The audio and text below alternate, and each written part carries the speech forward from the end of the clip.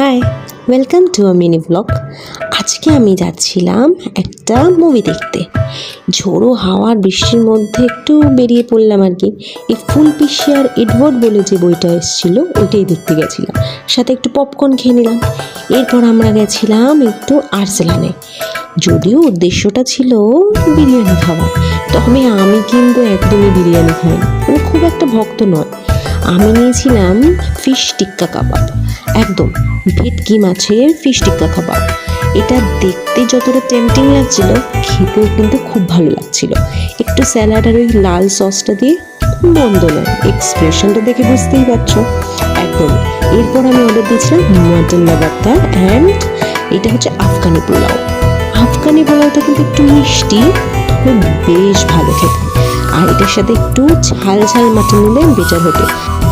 আমি যে মাটনের আইটেমটা নিয়েছিলাম ওটা একটু মিষ্টি ছিল, কিন্তু ভালো কমপ্লিমেন্টও দিচ্ছিল।